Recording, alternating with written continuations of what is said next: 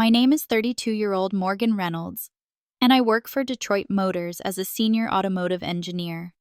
I left my affluent stepfamily 10 years ago to start my own career in the automotive sector. I unwillingly traveled home for my half-brother Jake's wedding last month, believing that for a one weekend we could all act like grown-ups. I never imagined that a $600 million merger deal would turn his wedding into the flashpoint for years of family strife. I should have known better than to assist in setting the tables. Looking back. Tell me where you're seeing from in the comments if you're watching this. To join me for more stories about sticking to your principles when it counts most, hit the like button and subscribe. My father, Frank Reynolds, who owned Reynolds Auto Shop, reared me in a little hamlet outside of Detroit. One of my first memories is of watching him work in his garage while perched on a stool. My senses are firmly ingrained with the smell of metal and motor oil. By the age of 12, I was able to identify engine issues just by listening. Dad taught me everything he knew about vehicles and referred to me as his little engineer. When I disassembled and reassembled my first transmission at the age of 14, he was really proud. Despite never being wealthy, we were content in our modest two-bedroom home. When I was 3 years old, Mom departed. It has to do with the need to discover oneself. Every now and then, she would send birthday cards. But my dad was everything to me. After I expressed interest in science and math, he put in extra hours to make sure I had what I needed. You will go far with your brain. My hands were never able to, he would say. And then I was 16. At the shop, Dad suffered a huge heart attack. He was gone by the time the paramedics came. As simple as that, I lost my stability, my mentor, and my father. Despite my devastation, I didn't have time to properly mourn. I had debts to pay, and the store was in debt. So, while I was graduating high school, I persuaded the courts to give me special working documents and took over the shop's management.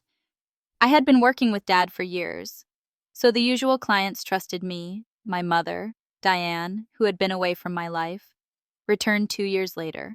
She was married to Richard Bradford, the CEO of Bradford Industries, a significant supplier of automotive parts valued at billions of dollars. All of a sudden, my mother was living in a mansion, dressing in high-end clothing, and behaving as though she had always belonged to the elite. She wanted me to move into their Bloomfield Hills estate, sell my dad's store, and join this new family. Any college would be acceptable to you.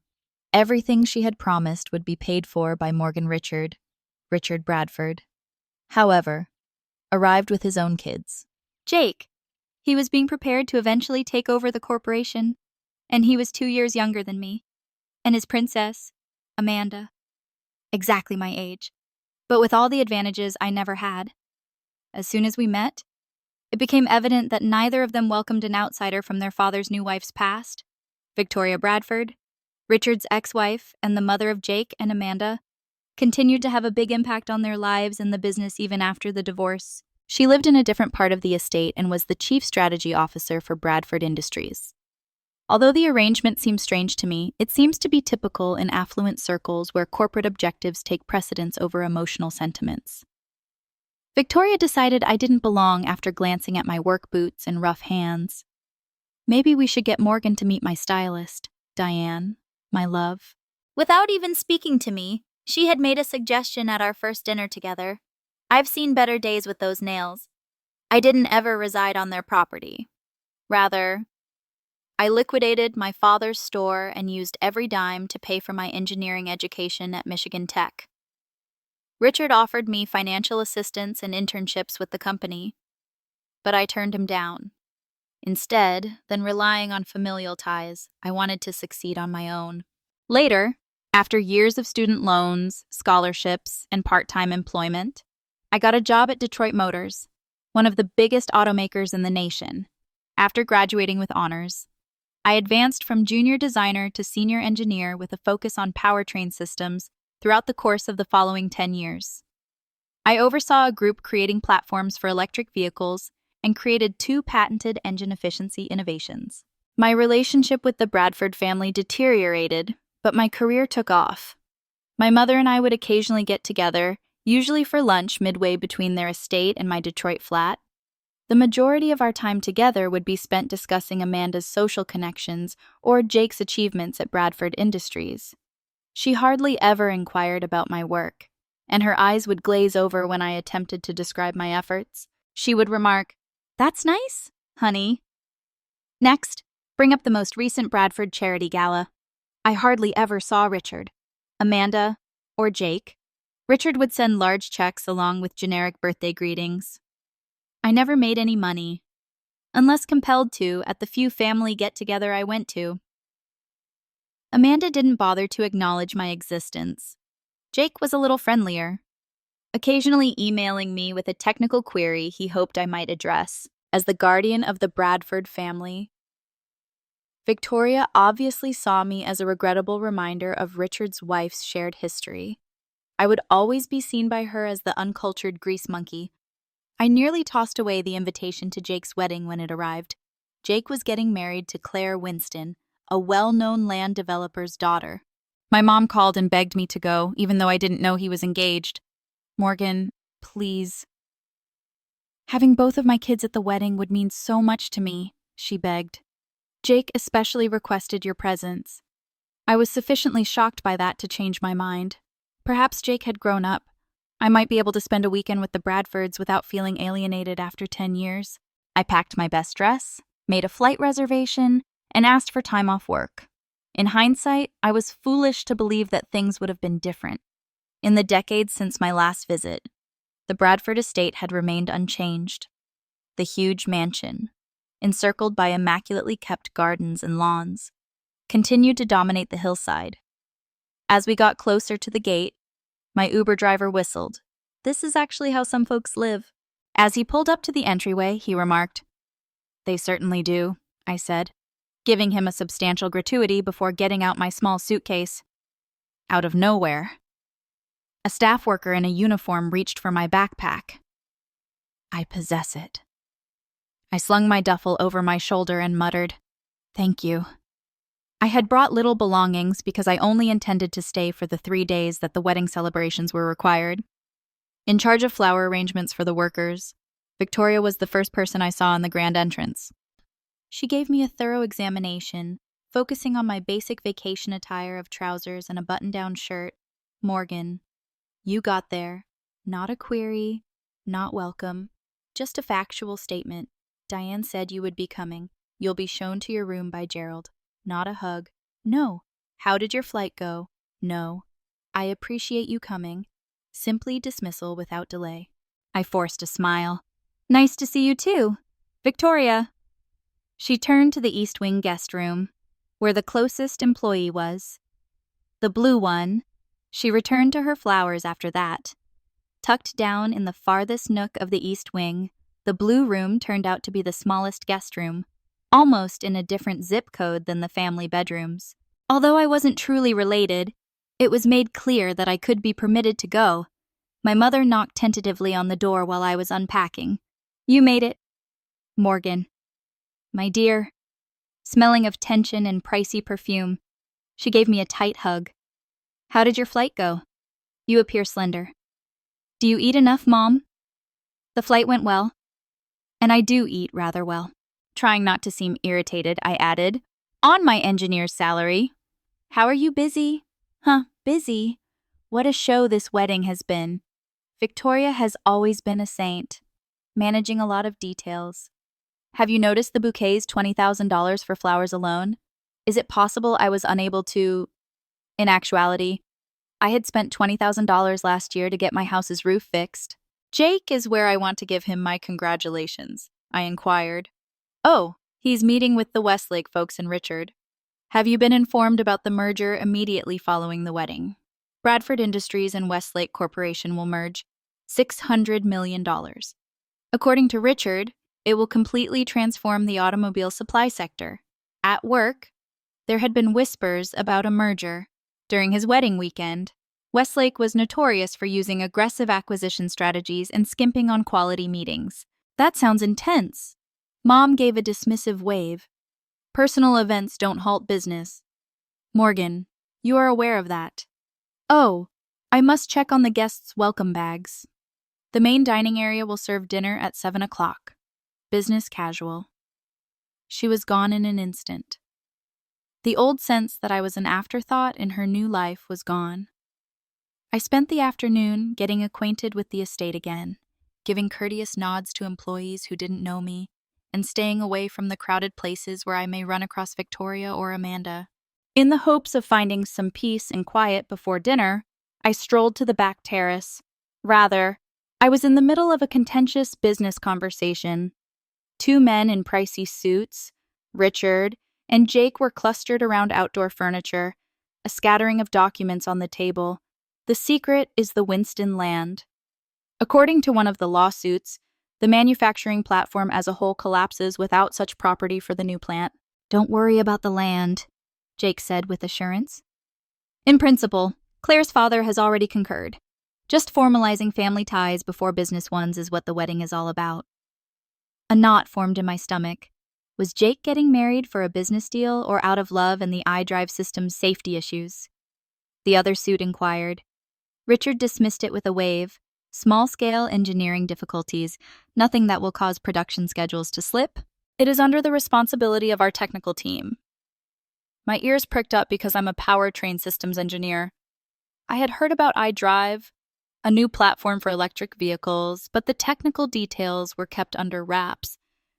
If there were any worries about safety, if it's not my long-lost stepsister, then okay. Amanda's voice interrupted my train of thought. In the doorway, she stood. She appeared as though she had just stepped out of a fashion magazine, holding a martini, listening in on business discussions. Right now, merely taking a breath. As I moved away from the patio, I answered, "Amanda, good to see you. I wish I had the same words." She grinned. "Still repairing automobiles in Detroit. I work at Detroit Motors as a senior engineer. Powertrain systems are what I design." "Correct. A mechanic is a mechanic forever." She took a sip of her drink. "By the way, your mother is trying to find you. It has to do with the seating arrangements." I accepted Victoria's signal and left, even though I seriously doubted she was searching for me. That night's dinner was agonizing. I sat at the far end of the table, away from the main family, and waited with excitement when Jake eventually appeared. He didn't look exhausted. Claire, his fiancée, was not there. Dinner with her own family. Apparently, "You made it." "Morgan, down at the table," Jake called. It was the first sincere greeting I had ever received. "I appreciate you coming." "Claire can't wait to see you." Before I could answer, Victoria interrupted. "Tell everyone about the Westlake presentation. Jake, my love, your estimate so pleased Robert that the topic of conversation suddenly turned to business, while Richard, Jake, and Victoria talked about the specifics of the transaction, market forecasts, and expansion strategies. I picked up my supper. At times, my mother gave me an apologetic look, but she said nothing next to Richard. What about the new iDrive system's technological details? During a pause, I eventually inquired. "There may be some safety issues. I've heard." There was silence at the table. Richard looked at me as if I had just begun to speak in tongues. "Where did you hear that sharply?" he asked. "Industry discourse," I responded with ease. "I do have a job with a big automaker." Victoria made a brittle sound when she laughed. "These are complicated business issues. Morgan, my love, do what you know best. Maybe similar to repairing automobiles," I proposed, looking her in the eye. That's right, ignoring or missing my sarcasm. She grinned. "Now, Jake, let's talk about tomorrow's rehearsal dinner." The discussion continued. I ignored my query, but I noticed the worried glance that Richard and Jake shared. They were aware that there was a problem with that iDrive technology. Later, while I was returning to my solitary blue chamber, in the hallway, I heard Victoria talking to my mother. "Diane, really. Why you insisted she come is beyond me. She's really inappropriate here. During dinner, did you witness her inquiring about technological specifications? So unsuitable." My mother said, "She's my daughter, Victoria." But her voice was tremulous. "She is also an engineer. She is aware of these things. She fixes automobiles." Victoria, dismissed. This corporate transaction is worth millions of dollars. There is a distinction. Before they could see me, I slipped away. I'm getting more determined. They might use me as their mechanic. However, I was the most knowledgeable person in that home about automobile engineering, and I had a feeling that knowledge might be more precious than others thought. I awoke early the following morning to the sounds of more activity all throughout the estate. Even though the wedding was still one day away, final preparations were well underway for the rehearsal dinner that evening. Instead of hiding in my room, if nothing else, I made the decision to be of use. I would have something to do besides embarrassing family situations if I helped with setup. I discovered Patty, the event coordinator, looking exhausted and surrounded by staff in the garden marquee. "Do you need a helping hand?" I made an offer. She gave me a thorough examination. "Your family. Correct." According to Miss Bradford, family would not assist with setup. I'm the bride's stepsister, Morgan Reynolds, and I'm glad to assist. She felt a wave of relief. We're lucky to be short. 3 employees were absent due to illness for the following few hours. Are you able to manage the table arrangements alongside the caterers? I set up tables, set up centerpieces, and folded napkins into intricate designs. After the stress of the night before, the physical labor felt nice. Employees frequently inquired as to whether I was a professional event planner. I would smile and respond that I was impressed by my efficiency and attention to detail as an engineer. All I want is for everything to run well at noon. A young woman came up to me while I was examining the stability of a particularly unsteady table. I apologize, but could you tell me where I may get more place cards like these? We appear to be lacking a few. When I looked up, I saw a lovely blonde woman who appeared kind yet nervous. I'm simply trying to help. Sorry. Perhaps you might ask the coordinator. Patty. Oh, I mistook you for an event staff member. She appeared ashamed. By the way, my name is Claire, Jake's fiancée. I wiped my hands on my jeans and straightened up. Stepsister Morgan Reynolds is Jake's. Her gaze expanded. Morgan, I've been looking forward to seeing you. I've learned so much about you from Jake. That caught me off guard. Of course he has. You're the family's smartest member, he claims. She was a bright engineer who refused to accept help for her accomplishment. Claire's smile was sincere. Meeting everyone has made me anxious. The Bradfords are intimidating, to be honest. Describe it to me. I'm at best an honorary Bradford, and I laughed. Do you want to go out to lunch? I need a vacation from the chaos of this wedding. We shared sandwiches made by the house chef in a peaceful area of the kitchen garden away from the hustle and bustle. For someone marrying into the Bradford family, Claire proved to be surprisingly grounded. She said, "My family has money, but nothing like this." We still shop for our own groceries and fly commercial. Although Dad built some profitable properties in Michigan. How did you get to know Jake? I wanted to know why she had chosen my status-conscious stepbrother. I was there on behalf of my father's foundation at a charity fundraiser, and Jake was not what I had anticipated. Kinder was more considerate than most guys in his role. Her face softened. He's not the Bradford heir when we're alone ourselves, away from everything. He's just Jake. I started to feel a connection with Claire.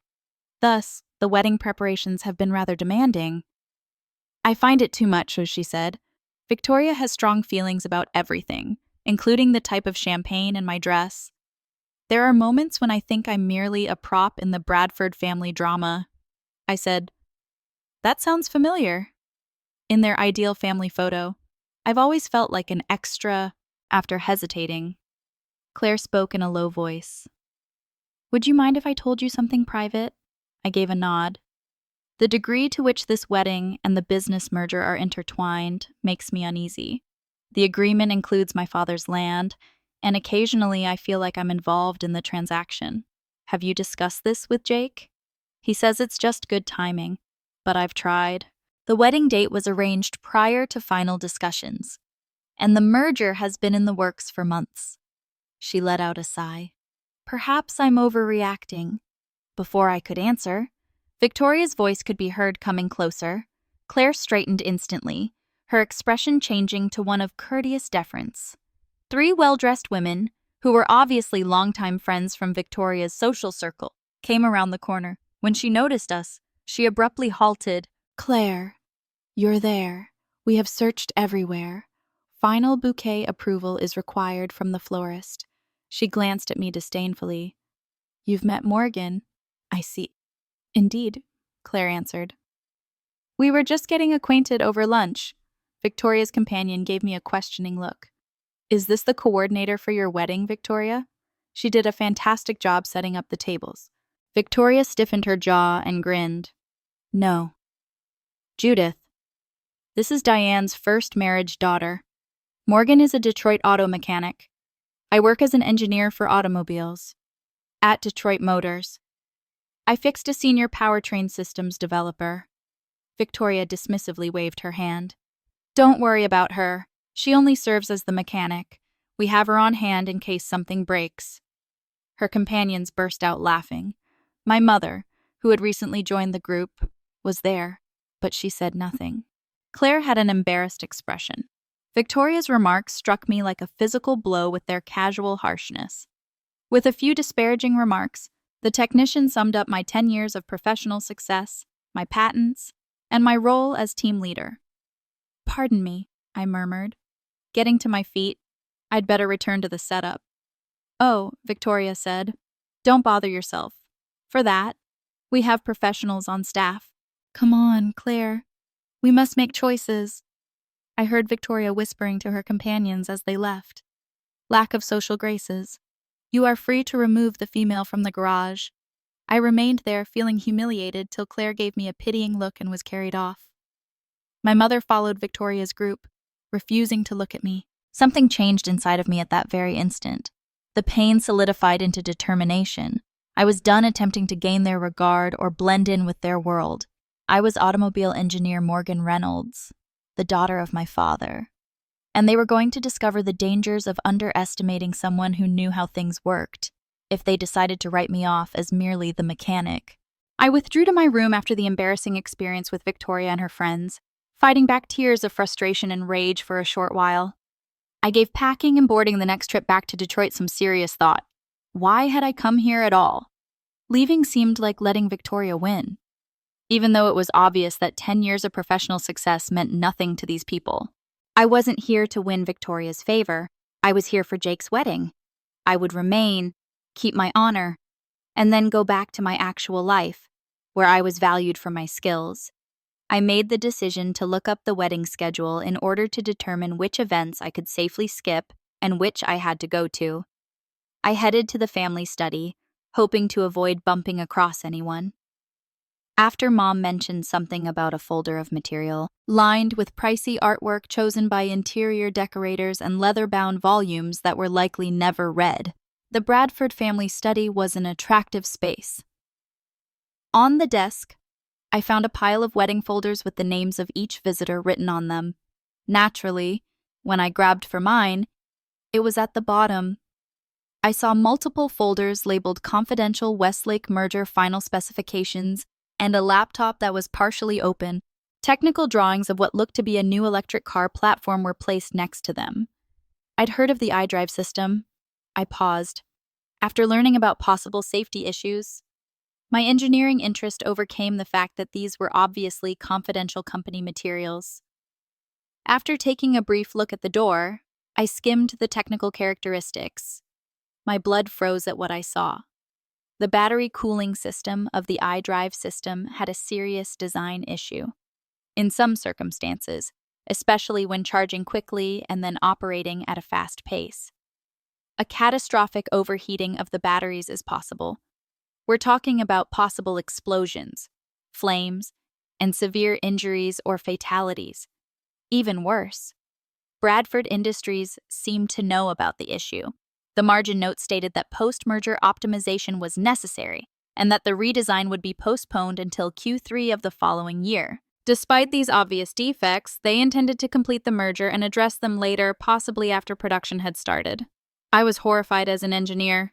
This wasn't a small problem that could be resolved by updating the software. The cooling system has to be completely redesigned due to this basic architectural defect. It would be criminally reckless to rush this to market. I instantly used my phone to snap pictures of the important documents. I was reinstalling the files, and my hands were trembling a little. Another folder with the title, Merger Correspondence, caught my attention. Email correspondence between Victoria, Richard, and other executives was contained within. I was interested in one of Victoria's emails to Richard about Morgan Reynolds' attendance at the wedding. She is not to be included in any business negotiations, as I have made clear to all partners. Despite her experience in cars, she is only there as a courtesy to Diana. Keep her away from the execs at Westlake. She lacks the tact and sophistication required for these sensitive discussions. 2 weeks ago, another email was sent. Winston's purchase of land is conditioned on the marriage going according to plan. Claire is still unsure of the timeline. Jake has till this weekend to make a decision. Before they leave for their honeymoon, the merger paperwork is ready for signatures on Sunday morning. I was ill. Claire's intuition seemed to be right. Victoria had been actively trying to keep me out of the business deal, and her marriage was in fact a part of it. Despite, or maybe because of my pertinent experience, I found something much more unsettling as I looked further.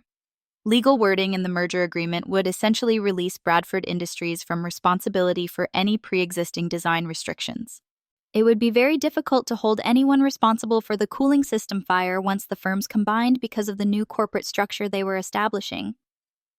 I nearly missed the approaching footsteps since I was so engrossed in the materials. I hastily put the folders back in place, took out my wedding itinerary, and pretended to peruse it. Richard came into the study. "Morgan," he murmured, obviously taken aback by my presence. "What are you doing in search of my schedule?" I held up the wedding folder. "The information will be in here," Mom added. He looked at the desk as if something had been knocked down. "Locate everything you require. Indeed. Regards. There are several planned activities." He nodded while continuing to observe me intently. "You were assisting with setup earlier, according to your mother. There's no need for that." "We have items for that. I have no problem helping. Keeps me occupied." "Indeed." He cleared his throat. "Then, I want you to know that even though we haven't always been close, I have been interested in your work. Morgan, you've done some really amazing work at Detroit Motors. I was taken aback by the compliment. Thank you. Richard, in fact, we will be growing our engineering section following the merger. Bradford Westlake would benefit from someone with your level of experience." After 10 years of little communication, was he giving me a job offer? I nervously answered. "I'm happy at Detroit Motors. Consider it. When feasible, family members should collaborate." His smile fell short of his eyes. "I have some stuff to do before the rehearsal dinner, so please pardon me now." My thoughts were racing as I walked out of the study. Richard's unexpected interest in my work couldn't have happened by accident. Did he think I had viewed the technical details?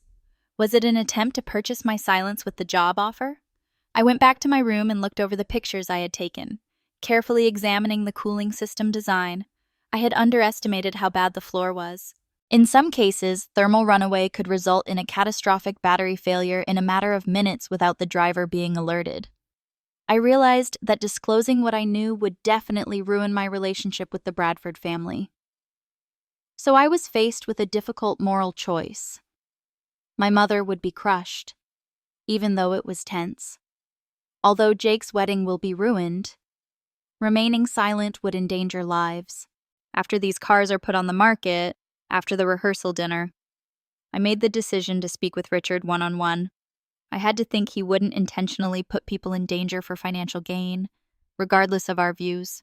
He might have been unaware of the technical ramifications of the design error. I would quietly and professionally explain the problems to the businessman, engineer him, and have faith that he would act appropriately. I rehearsed my explanation while getting ready for the rehearsal dinner, making sure it was clear and concise. I also made some rough drawings that demonstrated how the cooling system could be changed without causing a major delay in production, too. I was going to give Richard the opportunity to save the day and solve the issue before anyone was harmed. and prior to the signing of any merger agreements. It was the morally and professionally correct thing to do. That's how I hoped you would see it, too, with champagne flowing freely and strings of lights hanging from the trees. The rehearsal supper took place in the formal garden of the estate. As Victoria moved between business associates and wedding guests, skillfully combining social graces with strategic networking, I remained in the background, observing as Jake and Claire went through the motions of celebrating their impending marriage. Claire glanced at me across the garden and smiled slightly. She had a lovely yet nervous appearance, not at all like the laid-back gal I'd lunched with earlier, persuasively leading her from group to group like a treasured possession. Jake kept his arm around her waist. I carefully awaited a chance to talk to Richard in private. Later in the evening, when the guests were starting to depart, he moved aside to answer a phone call next to Richard's gardens. He hung off the phone, and I walked over. "Have you got a moment? I have a crucial matter to address with you." He looked at his watch. "Is tomorrow a good day to do this, Morgan?" "The day has been long. The merger docs discuss the iDrive system." Silently, I said. His face grew angular in an instant. "What were you saying?" The study's technical parameters were visible to me. I acknowledged that there is a serious problem with the cooling system that could result in a catastrophic battery failure. Prior to production, it must be redesigned. Richard's expression grew stern. "You were not authorized to see those documents." "I'm sorry. I understand. But there is a genuine safety concern. Look, I showed him my analysis in these particular circumstances after taking out my phone. In a matter of minutes, the batteries will overheat. No failsafe exists. Richard, this might kill people." He gazed for a long time at my calculations. "To what number of people have you showed this?" "Nobody. I came right to you. This can be resolved prior to the completion of the merger." He growled, looking around to make sure no one was observing us. "Put your phone away. This information is confidential. For corporate espionage, you can face legal action." I emphasized that I wasn't attempting to cause trouble. I'm attempting to stop them. This design poses a risk. You have no idea how difficult it is to launch a product. Richard gave a contemptuous response. "Every new technology undergoes post-launch adjustments. It's not an optimization problem. Vehicle explosions or flames could result from this basic design defect. Death is a possibility. Your worries are overblown. Already, our technical team is worried about more things." As Victoria appeared next to Richard, her voice interrupted our discourse. Her eyes were chilly, but she was grinning for the sake of the folks around her. "Richard, Jake wants to find you. Regarding the timetable for tomorrow, the Westlakes have some inquiries. Just now," Richard said firmly. "Morgan was going out. I refuse to back down. Victoria, before any contracts are signed, a significant safety concern with the merger's iDrive technology must be fixed." Victoria's voice fell to a perilous whisper, but her smile remained unwavering. "This discussion is done. I'm not sure how you obtained confidential company information. You will not ruin Jake's wedding weekend by making baseless accusations. They're not without merit. I can demonstrate that there is a design problem. You're attempting to get involved in things that are outside of your area of competence as a glorified auto mechanic." Victoria gave a hiss. "Years of strategic planning and billions of dollars in shareholder value are represented by this transaction. Hundreds of jobs. I won't allow you to use amateur analysis to endanger that." I turned to find Jake had joined us after sensing a presence next to me. His face seemed worried. "Is everything all right here?" "It appears that your stepsister believes she is qualified to offer criticism on the iDrive system."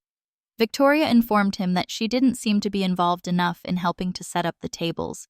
Jake glanced uneasily between us. "This isn't really the place or time. Morgan, I'm a powertrain systems engineer. As you are aware, Jake, I am literally an expert in this field. There are problems with the cooling system's design." I spoke straight to him. "This cannot be sold in its current state." A moment of doubt flashed across Jake's face. Richard interrupted. "Though, that's sufficient. Morgan, this isn't a technical review meeting. It's a family celebration. I said I will speak with Westlake directly. Anger is growing. They have a right to know what they are purchasing. At last. Victoria's phony smile vanished. If you try to sabotage this merger, you won't accomplish anything. I will ensure that Detroit Motors is aware of the specific type of corporate spy they have used. Do you mean to threaten me? I'm defending the interests of this family, something you obviously don't care about. Then my mother came, her face beseeching. Please, Morgan, not right now. Jake is having a unique weekend. This is serious. Mom, attention must always be focused on the iDrive system. Victoria cut in with ease. Some things are constant, aren't they, Diane? My mother glanced between Victoria and me, seeming conflicted. Morgan, perhaps we should postpone this conversation until after the wedding. It was unbelievable to me. Even now, rather than listen to me. My mother was choosing to placate Victoria in the face of a severe safety concern. I reminded her that the merger will be formalized after the wedding. This cannot wait. Richard lowered his voice and took a step closer. If you go after this, Morgan, you're attacking your family as well as a business deal. The prosperity of Bradford Industries determines your mother's safety. The danger was obvious. My mother didn't have a job or any personal funds. Financially, she was entirely reliant on Richard. Consider your next move carefully. Victoria went on. Return Morgan to the house, Diane. Her champagne intake is excessive. I've already drank 1 glass. I objected, my mother whispered. Morgan, please, avoid creating a commotion. I glanced at them. Richard is calculating. Victoria won. Jake was uneasy but kept quiet. And my mother was frantic and begging. The truth didn't matter to any of them.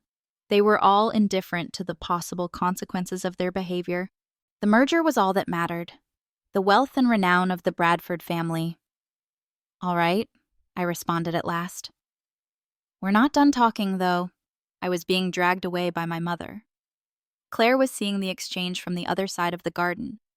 Her expression was one of concern. Someone at least seems to realize that something was very wrong.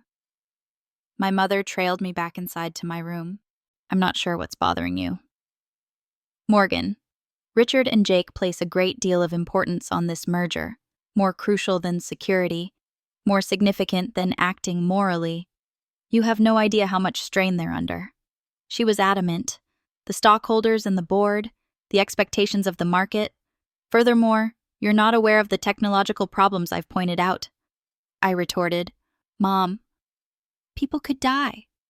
She let out a deep sigh. Richard would not permit the sale of a hazardous product. He is a decent dude, is he? Because all he did was threaten your financial stability in order to silence me. My mom turned her head away. That was not his intention. He did. Indeed. You are aware of it. Suddenly exhausted, I sat on the edge of my bed. Mom, when did you turn into this person? Someone who prioritizes wealth and prestige over all other considerations. It's unfair. Here, I've established a life. No. For years, you've allowed Victoria to control your connection with your own daughter while you've devoted yourself to someone else's life. She started crying. Just get it through this weekend, Morgan. For Jake, for me, avoid ruining anything. I sat by myself in the blue guest room, considering my alternatives, while she departed. As a potentially lethal design proceeded into production, I could remain mute, go to the wedding tomorrow, and fly home on Sunday knowing that I had done nothing, or I could do something. I was aware that it would probably cause my relationship with the Bradfords to end permanently and could potentially cause financial harm to my mother. As though nature had been bribed to assist Victoria's ideal celebration, the wedding day broke clean and bright. I walked to the garden where chairs had been set up for the ceremony after getting dressed in my appropriate but unobtrusive navy blue cocktail dress. A part of me still hoped for a last-minute solution in spite of everything. Maybe Richard had changed his mind during the night. Before completing the transaction, he might have addressed the design problem after realizing the liability issues. When I heard him talking to the CEO of Westlake prior to the event, those dreams were shattered. Every document is ready for tomorrow morning's signature. According to Richard, everything has been examined by the lawyers. Everything should go smoothly. Fantastic. The CEO answered, The board is quite happy about the purchase of iDrive. There is a huge market potential. They all knew, but they were still moving forward. I became more determined when I sat down for the ceremony. Too many times. Victoria had referred to me as merely the mechanic. She was going to discover that occasionally you should have paid more attention to the mechanic. As Victoria had planned, the actual wedding ceremony was picture perfect. Every surface was covered with white roses. Under an ornate floral arch, Jake and Claire exchanged vows while the weather stayed perfect and a string quartet performed softly. You would believe it was a storybook wedding if you were unaware of the underlying tensions between family and business. Throughout the ceremony, I kept a close eye on Claire. Although she said her vows with clarity, she lacked the passionate glow that most brides display. For his part, Jake appeared more relieved than happy, as though he had accomplished a very difficult business goal. I took my designated place in the back row, far away from the immediate family, and remained there the entire ceremony. While Victoria acted as though I didn't exist, my mother would occasionally give me a frightened look in return. The placement of the seats spoke for itself. Alongside the Winston family, the front rows were packed by Westlake executives and Bradford family members. Claire's family members are positioned prominently, yet rather subordinate. Guests relocated to the grand tent for the reception following the ceremony. As anticipated, my place card put me at a table far from the family, with business associates and distant acquaintances judged too inconsequential for a better spot. However, two should be completely excluded. As I watched, I saw how efficiently Richard, Victoria, and Jake worked the room. They went from table to table, but they weren't just chatting. They were building relationships and having business conversations with Westlake executives and board members in a methodical manner. Claire was left to entertain her own family members, even at this ostensibly private event, seeming more and more alone in her expensive wedding dress. I smiled sympathetically at her as she drew my attention on the other side of the room. During a break in the formalities, she approached my table. "Are you all right?" Morgan. Last night's encounter between Victoria and Richard appeared to be passionate. I told her I was all right. However, I'm concerned about some of their business choices. She spoke more softly. After that, Jake was upset. He claimed that you had voiced reservations over the iDrive technology, but he did not elaborate. Yes, I did. They're neglecting a major safety concern. Claire appeared distressed. Jake appreciates your technical expertise. He has made reference to it previously, but he is under a lot of pressure from Victoria and his father. Although I can appreciate pressure. This is about acting morally. How will you respond? Before I could respond, she asked. Victoria appeared next to us, holding a flute of champagne. Your father is trying to find you. Claire, sweetheart. He wants to make a toast, something like that. After a moment of hesitation, Claire gripped my hand and left. Victoria was still there, calculatingly observing me. Morgan, I hope the celebration is going well for you. Thank you so much for coming. In spite of your work obligations, the wedding is stunning. I gave an indifferent response. Claire looks pretty. She is ideal for Bradford Industries and Jake. Victoria took a sip of her bubbly. You know, Morgan, when individuals know their jobs, life is so much easier. Claire is aware of hers. I do hope you discover yours. What function would that serve Victoria, the stepsister who lives far away but occasionally comes to visit and doesn't meddle in family matters? Her smile was faint. Please pardon me as I present a few of our investors to the CEO of Westlake. I saw a number of Westlake executives, including CEO Howard Westlake, congregated close to the bar as she was leaving. This was my chance. I took a big breath, smoothed my dress, and confidently walked up to them. I held out my hand and said, Mr. Westlake. I work for Detroit Motors as a senior powertrain systems engineer. My name is Morgan Reynolds. He gave me a handshake, looking a little perplexed. Are you the bride's friend? Miss Reynolds, although I'm actually Jake's stepsister, my area of expertise is electric car systems, specifically battery temperature management, just like I would at any industry conference. I talked with professionalism and clarity. I am aware that your merger with Bradford Industries depends heavily on the iDrive platform. His curiosity clearly grew. Indeed, this technology is groundbreaking. I've been told by our technical staff that the concept has promise. I nodded, carefully selecting my words. It's really creative how power distribution and thermal management are combined. You know what the design is. His eyebrows went up as he asked. In my work, I have examined comparable methods. Power density and thermal stability must always be balanced, particularly in situations involving rapid charging. Howard gave a contemplative nod. That has been the main topic of conversation. We are reassured by the Bradford team that they have resolved those issues.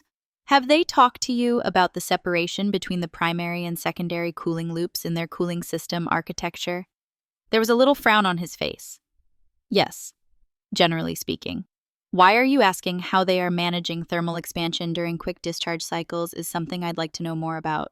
Similar concepts have, in my experience, run into problems there.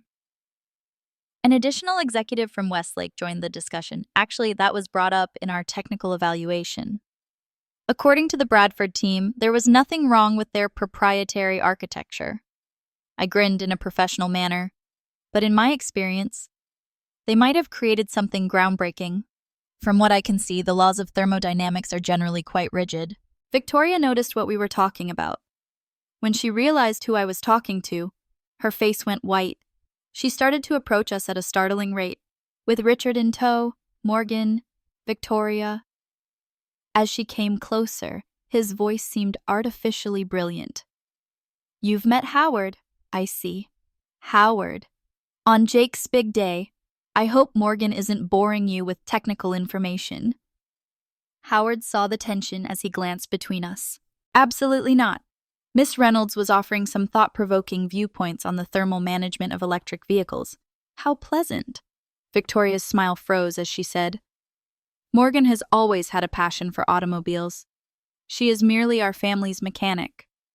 We have her on hand in case something breaks. The mocking joke didn't work. Howard's face became very serious. According to Miss Reynolds, she is a senior engineer with a focus on powertrain systems at Detroit Motors. Hardly merely a mechanic, he said. Naturally. Victoria tightened a figure of speech and smiled.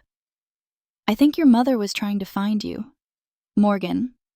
In fact, I'd want to carry on this discussion, Howard added. Regarding the iDrive cooling system, Miss Reynolds brought up some intriguing points that I would like to investigate more. Richard moved forward. After the wedding festivities, we might be able to have a technical conversation. This hardly seems like the right place. Howard retorted. It seems like the perfect time to address any technical issues, as we're signing merger documents tomorrow morning. He faced me. Could you please be more specific with your inquiries, Miss Reynolds? It was my time. Victoria and Richard exchanged frantic looks with me, but they were powerless to stop me without causing the precise situation they were attempting to prevent. Calmly, I replied. I'd be glad to. The cascade cooling system used in the present iDrive design is insufficient for the battery layout. When the battery is charged quickly and then accelerates rapidly, the primary cooling loop will fail catastrophically in around 7 minutes. Howard's face became grave. Do you know for sure I have examined the dynamics of heat? Unless the entire cooling architecture is modified, the failure point is statistically inevitable. Richard tried to step in. Morgan is making assumptions based on little data. Well, I did interrupt yesterday. I went over all of the technical specifications. Your own materials have the design issue noted for post-merger optimization, which, in my opinion, means fixing it once the deal is finalized. The mood has drastically changed. We were surrounded by a number of other Westlake executives, and I could see Jake coming over with a worried expression. Richard hurriedly assured Howard that any technical issues would be resolved. This analysis would be interesting to see. Howard, cut in. We have a major issue if Miss Reynolds' suggestion is correct. Victoria was furious, but keeping up a fragile social facade. This is the reception for Jake's wedding. This conversation can wait till tomorrow. Surely. a conversation concerning a potentially lethal design defect in the main technology of a merger worth $600 million. No, Victoria, I don't think it can wait, Howard said coolly. Claire was right behind Jake, who had now arrived at us. What's going on? He glanced at each of us before asking. Howard faced him. Your stepsister has brought up serious safety issues with the iDrive system, which your team reportedly knew about but decided not to share with us. Jake glanced at his father and then at me. The problem with the cooling system? I told you that before moving further. We needed to take care of that. Anger made Richard's face flush. Jake, not right now. When cars begin to catch fire, Dad, once the paperwork is signed. Jake looked across at Howard. Morgan is correct. A redesign of the cooling system is required. Months ago, I raised this concern, but it was rejected. Victoria appeared to be on the verge of exploding. It's your wedding day, Jake. If we intentionally release a product that is hazardous, your future with this company is completely worthless. Jake ended firmly. I was surprised. Jake's support was unexpected, particularly not in public, during his own wedding reception. Howard Westlake watched the family drama play out in front of him with increasing alarm. We should stop here, I believe. Before we move forward with any merger, it is evident that Bradford Industries has internal problems that need to be fixed. He faced me. Would you be prepared to thoroughly explain your issues to our technical staff? Miss Reynolds. Of course, I said. Please. Howard. Victoria tried breaking her social mask. Bradford Industries does not include Morgan at all. Although she lacks authority, she is knowledgeable. Howard cut him off. Knowledge that seems pertinent to a $500 million investment that my business is planning to make. He gave his coworkers a nod. I think we should get together again, gentlemen and women. While the Westlake team dispersed for an unscheduled meeting, Victoria came charging at me. Everything is damaged by you. She gave a hiss. Minutes wrecked years of work. Nothing was destroyed by me. Calmly, I answered. I saved a possible catastrophe. People might have perished if those cars had been sold with that cooling system. Richard snarled. You had no right to meddle. As an engineer, I actually had all the rights. When I notice a design that potentially jeopardized life, I have an ethical duty to speak up. Claire moved to the front, putting herself just in front of Victoria and me. Morgan did the right thing, in my opinion, and Jake obviously concurs. Jake put his arm around Claire and nodded. Dad, I do. I attempted to inform you that the system was not yet available. Morgan is not to blame for this. Victoria was hearing things she couldn't believe. She purposefully ruined this merger on your wedding day. Jake. No, Jake said emphatically. Between morally and legally, she has saved us from making a grave error. We would have been charged with a crime in addition to civil culpability if those vehicles had broken down after we purposefully disguised the flaw. Howard Westlake returned while the debate went on. We're halting merger talks until the iDrive system has undergone a thorough technical examination in light of recent disclosures. Victoria appeared as though she could pass out. Richard's face had turned pale instead of red. But we're still curious about the underlying technology, Howard added, looking at me. Would you be open to consulting on the cooling system redesign? Miss Reynolds Westlake would appreciate your knowledge. Before I could answer, my mother, who had at last worked up the nerve to come forward, was by my side. Morgan, you have my admiration, she remarked softly. Your dad would be, too. She had not spoken of my father in years, and it was the first time in even longer period that she had supported me rather than bowing to Victoria. She had no idea the meaning behind the simple sentence. Around us. The reception went on. The atmosphere is now one of celebration, with a hint of tension and hushed chatter. There was one thing I knew Victoria had been correct about. It's true that I was only the family mechanic. However, there are instances when the mechanic is the one who stops a disastrous malfunction. There was chaos in the days after Jake and Claire's wedding. Both businesses and the automobile industry as a whole were rocked when the Westlake-Bradford merger was formally placed on hold until a thorough technical review was conducted. with headlines ranging from Bradford-Westlake merger hits technical snag to safety concerns derails $600 million automotive deal. Business news outlets speculated widely about what had transpired.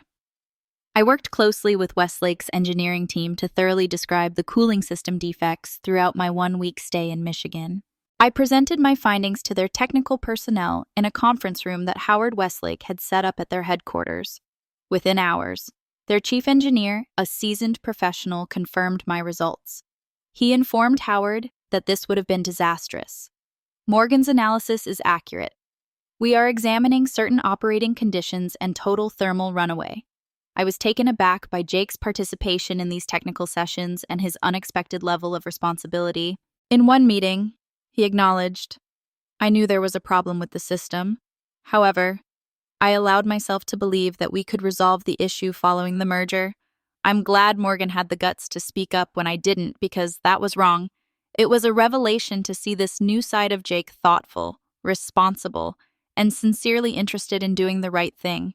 For the first time in our lives, we started having real conversations and discovered that we had similar concerns about the company's future and the security of its goods. I didn't know you well." One afternoon over coffee, he informed me, "You were constantly portrayed by Victoria as this bitter stranger who didn't get our reality. However, you are more knowledgeable than any of us on the most crucial aspect of it." "The engineering?" I inquired. He fixed the integrity. Dad and Victoria lost sight of what really important because they became so preoccupied with market share and stock prices. You didn't. Claire also contacted me and asked me to join her for lunch outside of the Bradford estate. She appeared relieved rather than sad that the merger situation had forced them to postpone their honeymoon.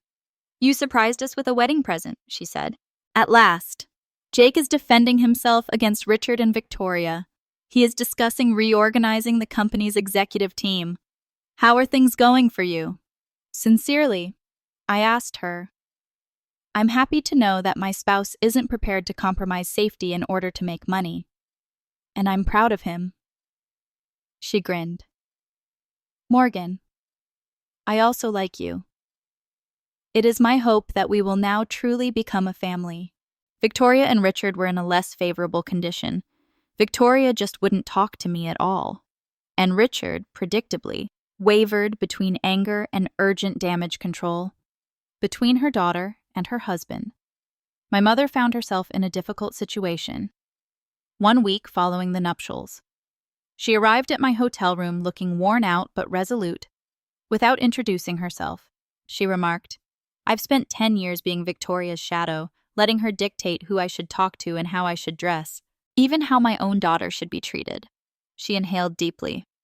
"I finished that. Mom, what does that mean?" "It indicates that I've informed Richard that either our marriage or Victoria's influence over our family changes." Her voice was calm, but her hands shook a little. "I ought to have defended you years ago. Morgan, I really regret not doing so." I gave her a strong hug as I felt a knot of pent-up stress finally start to loosen. There's always time to get started.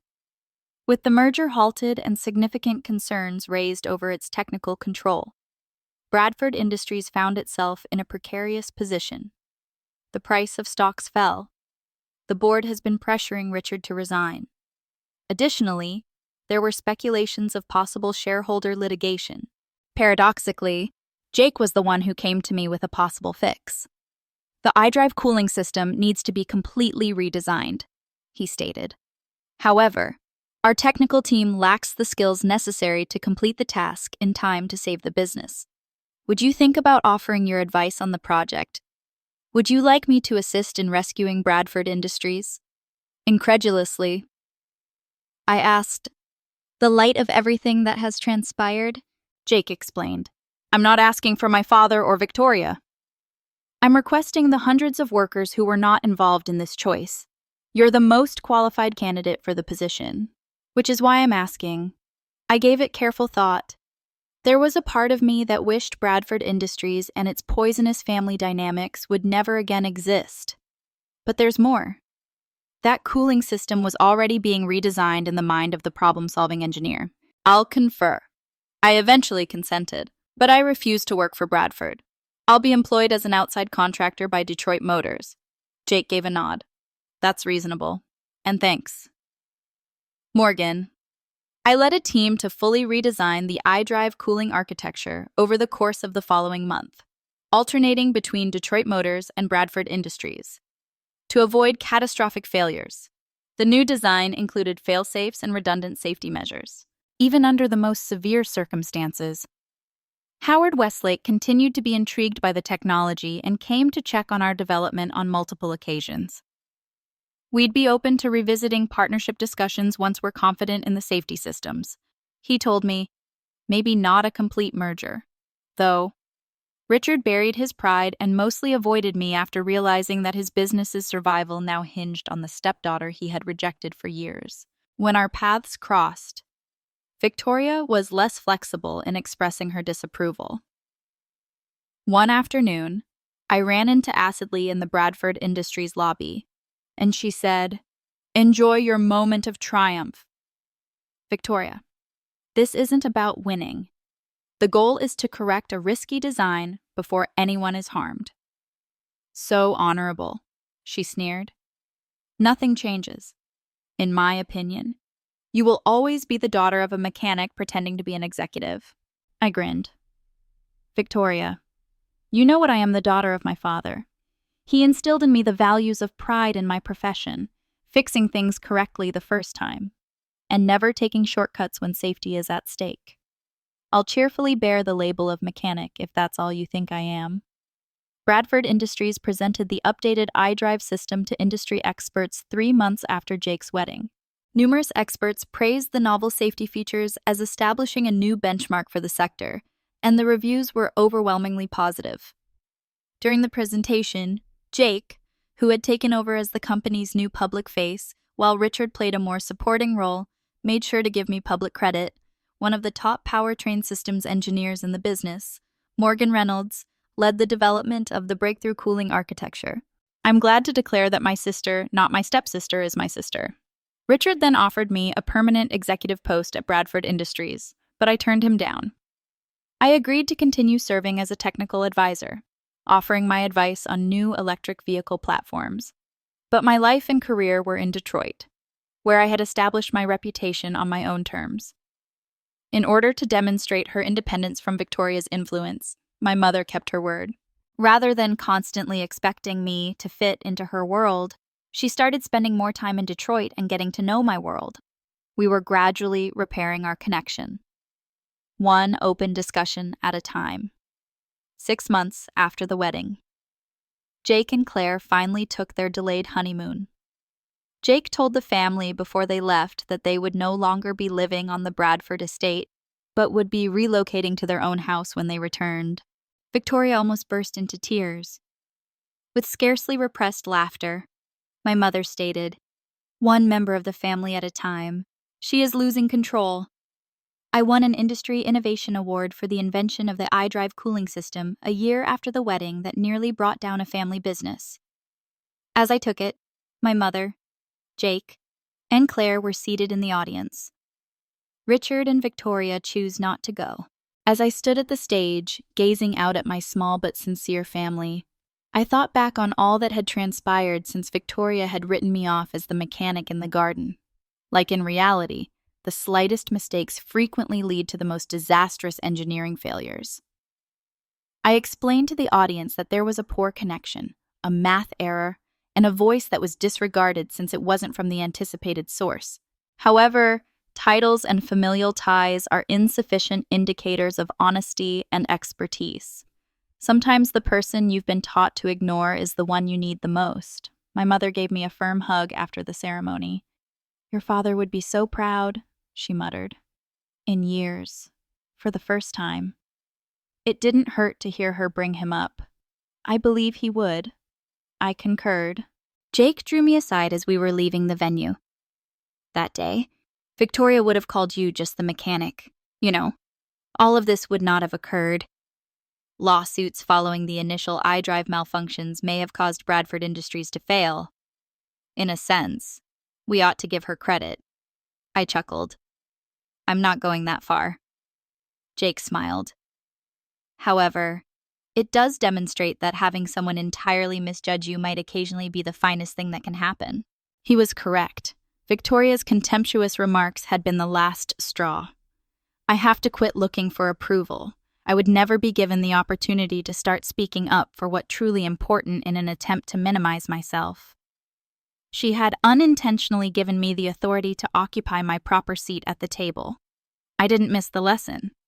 Our value is based on how we view ourselves and the bravery we display when faced with tough decisions, not how other people perceive us. Sometimes the biggest benefit of all is being undervalued. It adds a sense of surprise when you eventually demonstrate your full potential. Remember my tale, your expertise, your abilities, and your integrity if you have ever been written off, ignored, or referred to as simply anything. No one can take these effective tools away from you. Make good use of them. Never let anyone else determine your worth, and speak up when it's important. Have you ever proven someone incorrect after being undervalued?